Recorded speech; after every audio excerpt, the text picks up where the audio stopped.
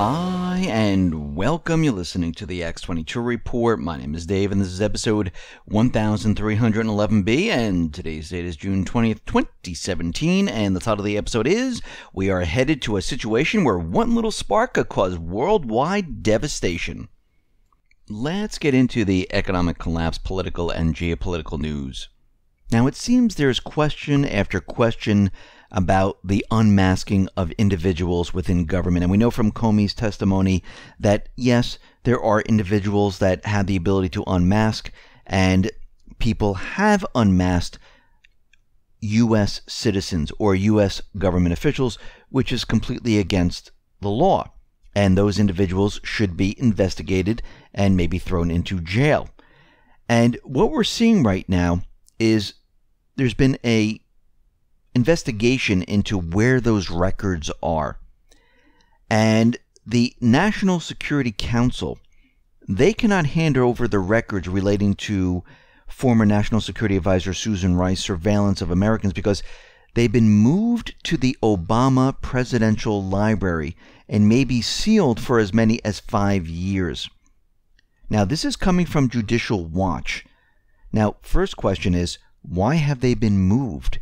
Why should those documents be moved and be sealed for 5 years? Now, the NSC informed Judicial Watch in a letter dated May 23rd, the materials related to Rice's request to know the identities of Americans swept up in surveillance of foreign targets, including any Trump campaign or transition officials, had been moved to the library. Now, Judicial Watch, they filed a Freedom of Information Act, and they wanted those documents, including the communications between Rice and any intelligence community member or agency. And we can see right now that basically all they're doing is they're moving the records around, pretending that, hey, we don't have them, they're sealed, you can't touch them. Now, the only reason they do this is because they're trying to hide something. And this is exactly what is going on right now. Now, Judicial Watch President Dom Fitton said the group will seek to find out when the records were moved and warned of legal actions. He said, prosecutors, Congress, and the public will want to know when the National Security Council shipped off the records about potential intelligence abuses by the Susan Rice and others in the Obama White House to the memory hole of the Obama Presidential Library. We are considering our legal options, but we hope that the special counsel and Congress also consider their options and get these records. And it's amazing how convenient these records found their way to the Obama Presidential Library, and they're sealed up. Very interesting. Now, it looks like the deep state, they have basically convinced about 70% of Americans that the government will be able to protect them during a terrorism attack. Now, we know for a fact 99.999% of these are false flags. They're created by the government to basically strip your rights, to put more boots on the ground, to control the people. And their whole job during all these false flags is to convince the public that the government will be able to protect them from the false flags that the government creates. Very interesting. So we see right now that they've done their job because Gallup took a poll, and since September of 2001, people of America do believe that the government will be able to protect them. And you know, the government would never be able to protect them during some type of maybe real incident. Look at Hurricane Katrina. How well did the government operate in that? Not too well. Yes, during a planned terrorism where they know where all the actors are, where everything is orchestrated, where they know where everyone's going to be, yes, they can protect people because it's fake. They can be there and they can shoot the perpetrator. They can make it look really great. The whole thing's staged. Of course, give them a real situation, you will see that they're a bunch of bumbling idiots and they would not be able to take down the real terrorists.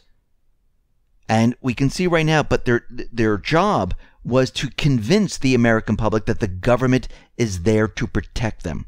which is completely fake, phony, and false. Now, we see today that Poroshenko, Ukraine's president, is going to meet with Donald Trump today, and they're going to be discussing a lot of different things about Ukraine. Most likely, will the U.S. give lethal weapons to Ukraine?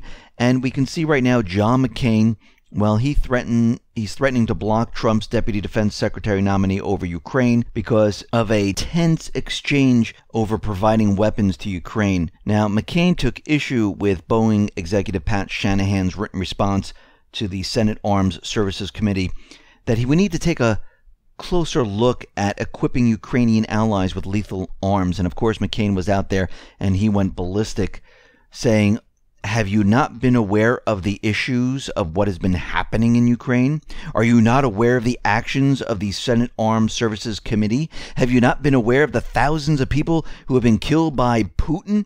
Wait, what? What do you mean the thousands of people that have been killed by Putin? You mean it's the opposite way? The puppet regime came in and they killed the people in the southeastern area. The United States had a coup d'etat in Ukraine, and they threw out the elected leader and put in a puppet regime. Then called the people who didn't want to join up with the puppet regime terrorists. And these are just everyday people. And what is happening here is McCain wants this war to start in Ukraine. Remember, he was out there with Lindsey Graham, and he said this is the year of the offensive. They want the lethal weapons. They want to build up the armed forces there. They want to go into southeastern Ukraine, and they want to wipe out all of those people so they can own Ukraine. And eventually they'll go and try to go into Crimea, and they don't care if they go into war with Putin, with Russia. It makes no difference to them. But we could see right now they wanted the entire country of Ukraine, and they're still pushing their agenda. Now we can see things are moving back and forth. We're moving from North Korea to Syria. Now it looks like to Ukraine, and they're trying to get something started, and they're trying to use all these different areas to spark something to get the war started. This is what they've been trying to do for a very long time. Now we can see that Otto Warmbier, who was a prisoner in North Korea, he was sent back to the United States, and it looks like Trump and China, they were able to have him released and brought him back to the States. And when he hit the United States, he was in a coma. Now, North Korea was saying that it was because of botulism, it was because of a sleeping pill, which turned out to be fake, phony, and false. And we can see that Otto Warmbier passed away. And we see right now that Trump put out a tweet saying that North Korea, you know, it's horrific what they did to Otto, and also that China tried their best and it didn't work out. And I think what he's saying is that I believe they thought they were going to get him out of North Korea and he was going to be healthy and living and not dying here in the United States. And they were hoping that this would work out, but it didn't. And what we're seeing right now, according to some reports, is that Obama, and this is according actually to Otto's father, Obama told them to sit tight, just let it ride out, and Obama really didn't do anything for like a year and a half. Didn't even try. And we see that he didn't even care. And this is just a terrible tragedy, and no parent should ever go through this. We see that the U.S. right now, well, they're sending over 2 US B-1B Lancer bombers. They're going to be taking part in joint drills with South Korea and their fighter jets, flying them very close to North Korea, of course, sending a message. We also see there was a close call with Russia and the United States. Now, of course, the corporate media, they're making a very big deal about this, just like they did in the past, and they're trying to say that Russia is very aggressive. Now, what happened was Russia scrambled a Su-27 fighter to intercept a target over neutral Baltic waters. The target turned out to be a U.S. reconnaissance aircraft, a Boeing RC-135. A Su-27 intercepted the RC-135, and what happened then was that the RC-135 carried out a provocative turn towards the Russian Su-27. and the pilot reacted to the maneuver and kept escorting the reconnaissance plane until it changed the direction of flight away from the Russian border. 10 minutes later, another RC-135 entered the zone, which was also intercepted by the Russian Su-27.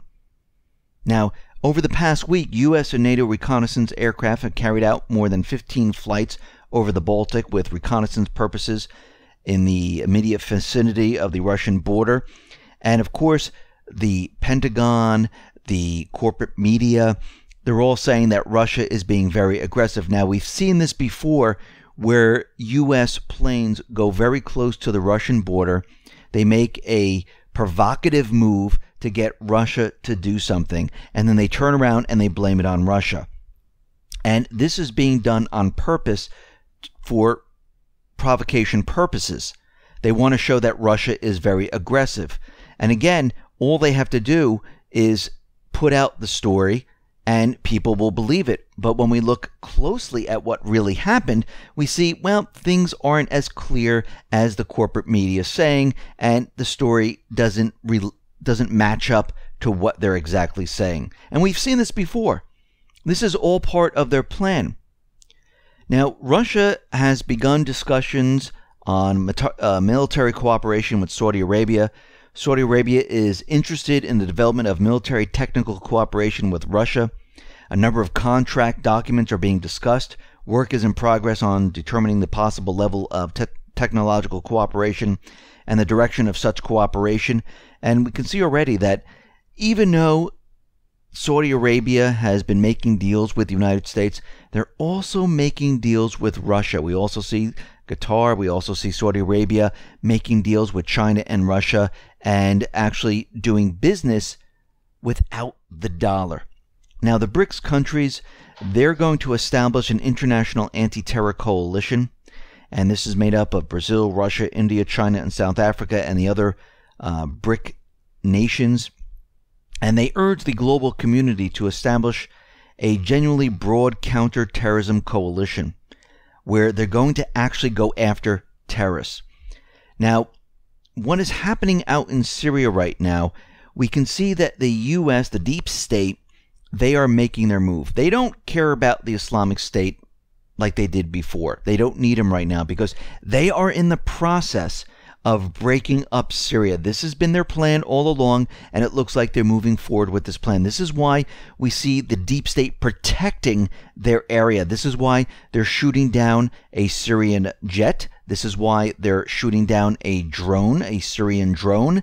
They are protecting the area. This is why they're firing on the Syrian army, because what they're getting prepared and ready to do, they're getting ready to break apart Syria. This is what they're trying to do at this point, because they realize they can't get rid of Assad. So this is plan B, which we talked about many, many times before.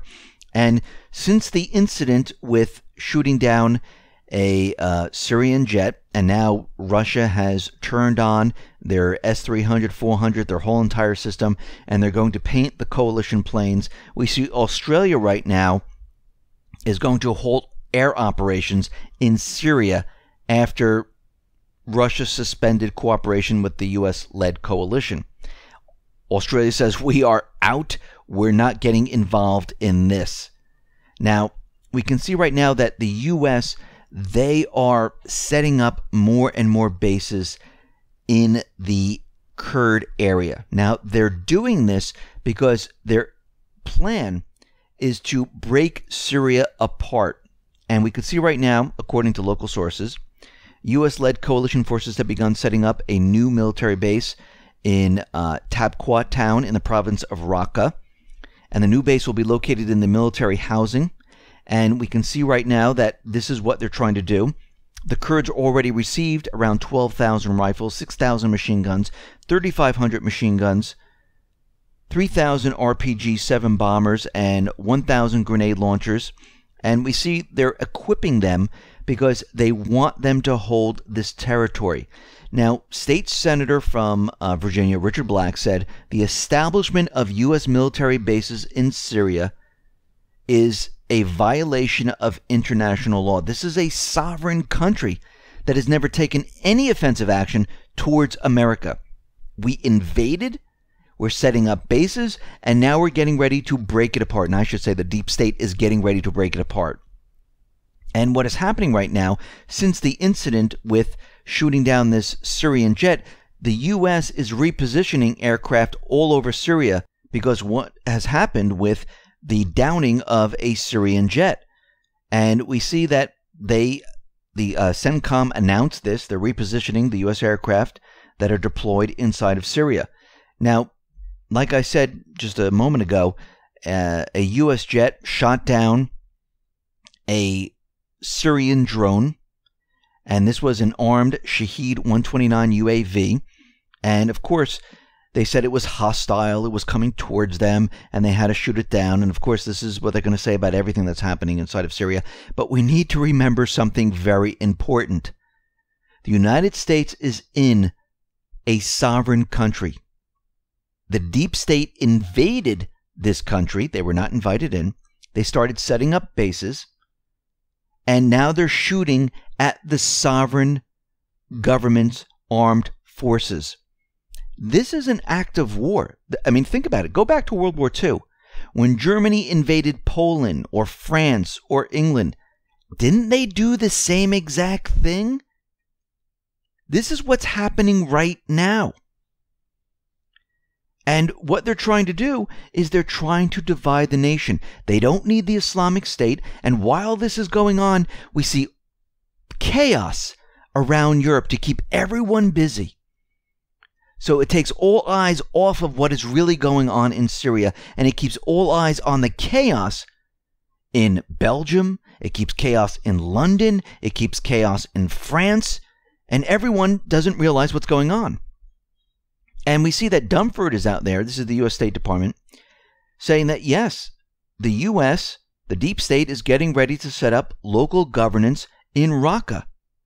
Now, there are U.S. senators that want Congress to okay military action in Syria. The Senate Foreign Relations Committee has begun considering legislation that would cover military action in Syria, Afghanistan, Iraq, Somalia, Libya, Yemen, against the Islamic State, Al-Qaeda, and other Islamist military groups. But we know what this is about. This is not about going after the terrorists. This is about taking control of these nations. A lot of these senators, yes, they are part of the deep state. They are part of the central banking system, and they are controlled by these individuals. They're not working in the best interest of the people. And we see right now that these senators, they want war. They want total control of everything. And we need to remember something very important. One little spark could set off worldwide devastation, because we can see right now things are getting very, very close to them pulling off a war. Already this is how desperate they're becoming to get this war started. They're shooting at sovereign countries' armed forces. They're flying very close to Russian jets and making these maneuvers to provoke Russia. Now, we know that Putin, he doesn't react to these type of things. He's not going to go off and start shooting down U.S. jets. He's not going to go off and start a war. He sees the bigger picture. But what is happening right now is the deep state is becoming so desperate right now that they realize they need to start this war, and they're moving from location to location. First it was North Korea, then it was Syria, then it's going to be Ukraine, then it's going to go back to Syria. And it doesn't really matter, because they just want something started. They want what they've been trying to get all along. They haven't deviated from their plan. Their plan was to basically take control of the world. That's really what their plan is. It's called empire building, where they go into country after country and to country, and they control each and every one of these countries. And this is what they're still trying to do. They haven't given up.